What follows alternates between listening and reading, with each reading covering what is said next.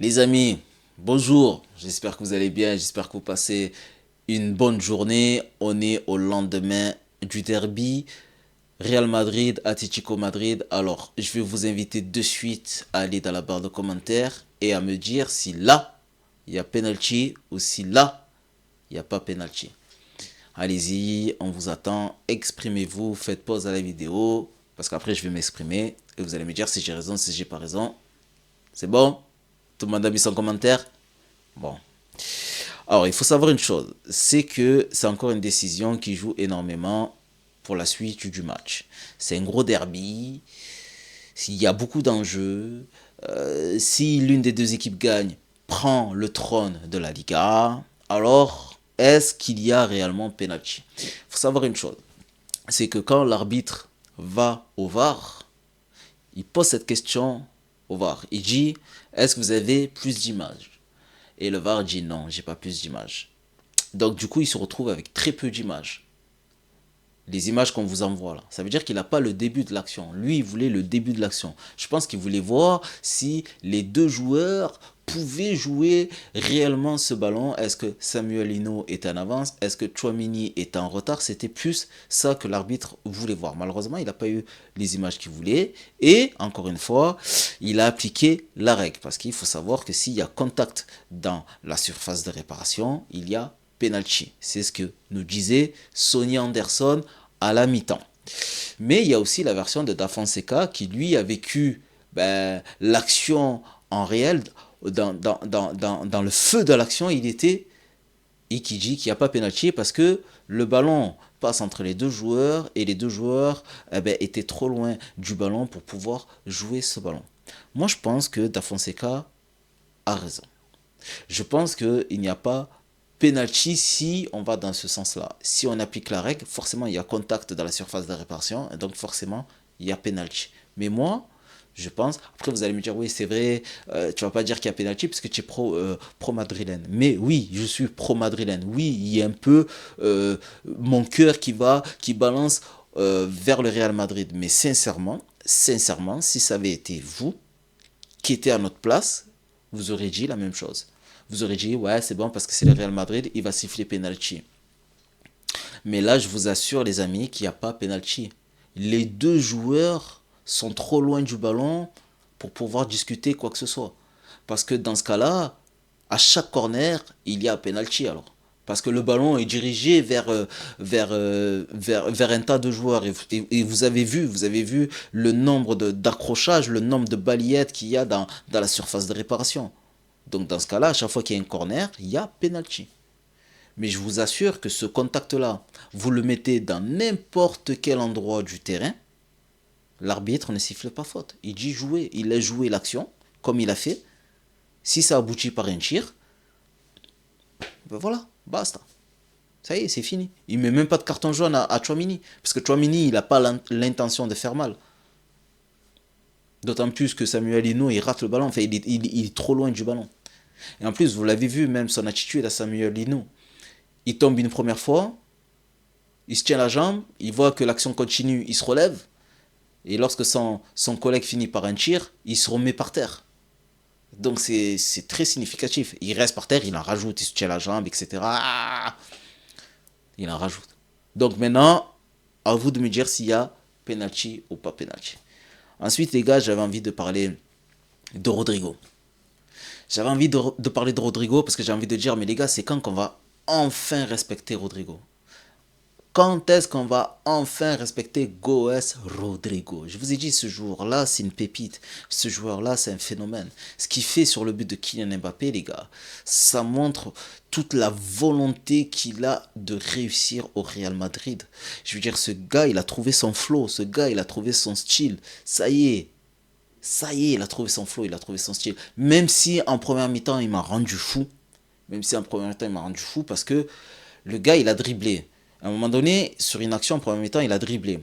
Les deux joueurs, après, il a dribblé le poteau de corner, il a fait le tour des cages, il a donné son numéro à deux trois meufs dans les tribunes, il est redescendu, il est revenu, il a dribblé l'arbitre, mais il n'a pas centré. Tu veux aller jusqu'à où? Tu as fait la différence déjà.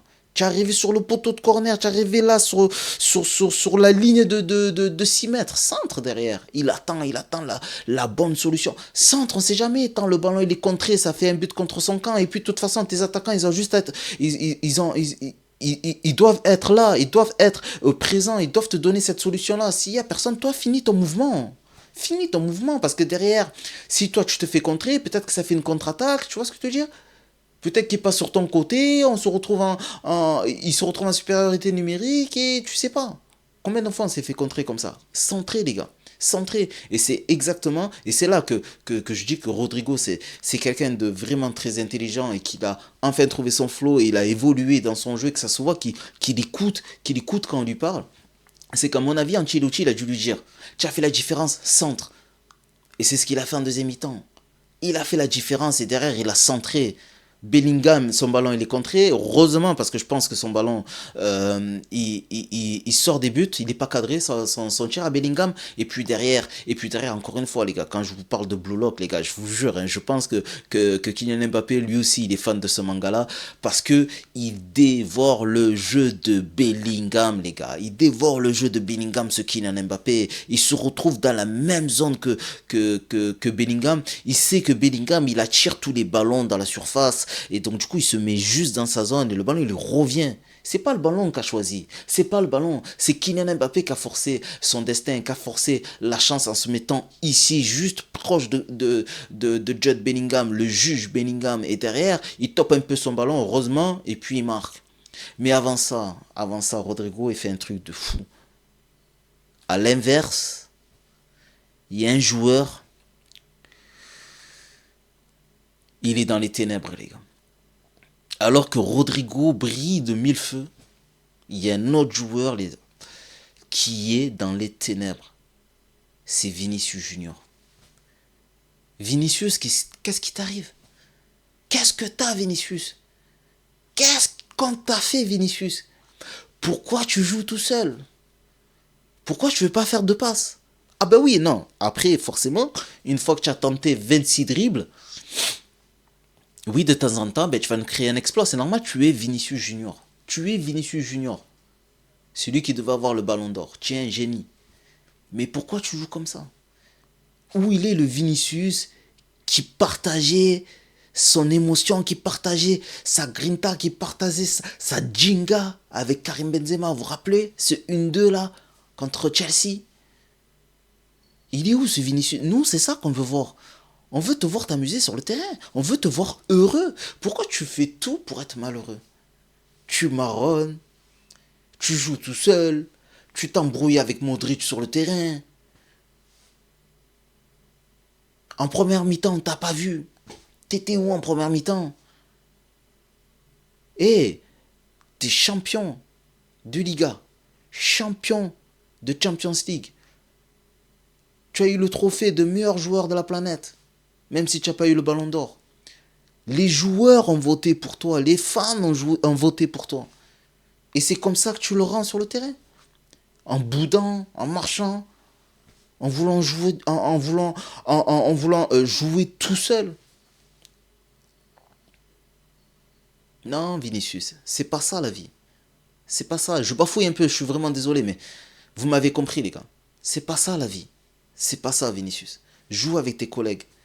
Parce qu'à un moment donné, le président, tu vois, il te donne du crédit, tu vois. Ancelotti aussi, il te donne du crédit. Tu reçois beaucoup d'amour du club, supporters. Mais à un moment donné, il y a des joueurs comme Kylian Mbappé, Bellingham, Rodrigo qui vont tellement briller et qui vont te faire jarter de l'équipe, les gars. Et vous le savez comme ça se passe. Vous le savez. Quand il y a un joueur qui est trop individualiste, quand il y a un joueur qui est trop contre nous, ça se retourne contre lui. C'est pas possible. Alors oui, il est jeune. Oui, il est encore jeune. Mais bon, il faut changer, Vini. Il faut changer. Mention spéciale à Fran Garcia, qui a été très très bon. Qu'est-ce qui t'arrive, Fran Garcia? Ça y est, j'ai fait une vidéo sur Marcelo. Ça y est, tu t'es dit, quoi? Quoi? Hein? Calme-toi, Fran Garcia. Ça va, calme-toi. Tu as été bon, Fran Garcia. J'ai bien aimé ton petit coup d'épaule en deuxième mi-temps. J'ai bien aimé ta façon de rien lâcher dans les duels, même quand tu as été dépassé, ben, tu es revenu, tu t'es calmé, tu t'es pas fait les balles au pied. Maintenant, offensivement, il faut que tu apportes plus. C'est tout ce que je te demande.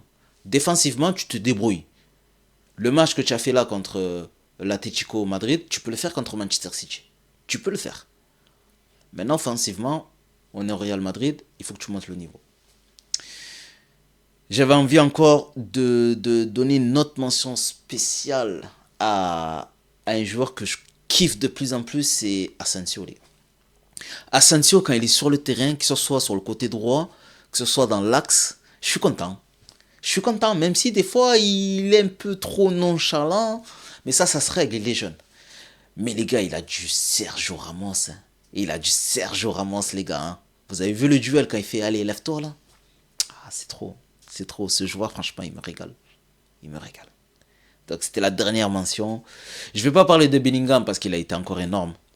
Mais voilà, je voulais souligner tous les faits de jeu importants qui s'est passé dans ce match-là. Donc maintenant, c'est à vous de vous exprimer, les gars. J'espère que j'ai pas fait trop long. Si j'ai fait trop long, vous me le dites. Mais en attendant, les gars, ben voilà, là j'ai été moi-même. Là, il n'y a plus de DRC, il n'y a plus de DLB, Réagi Club, machin et tout ça. Là, c'est ma vraie version. Voilà, sérieux, un peu nostalgique de temps en temps, un peu rigolo de temps en temps. Donc dites-moi ce que vous en pensez. Et moi, je vous dis à bientôt pour une prochaine vidéo. C'était Daleb, tout simplement. Peace la team.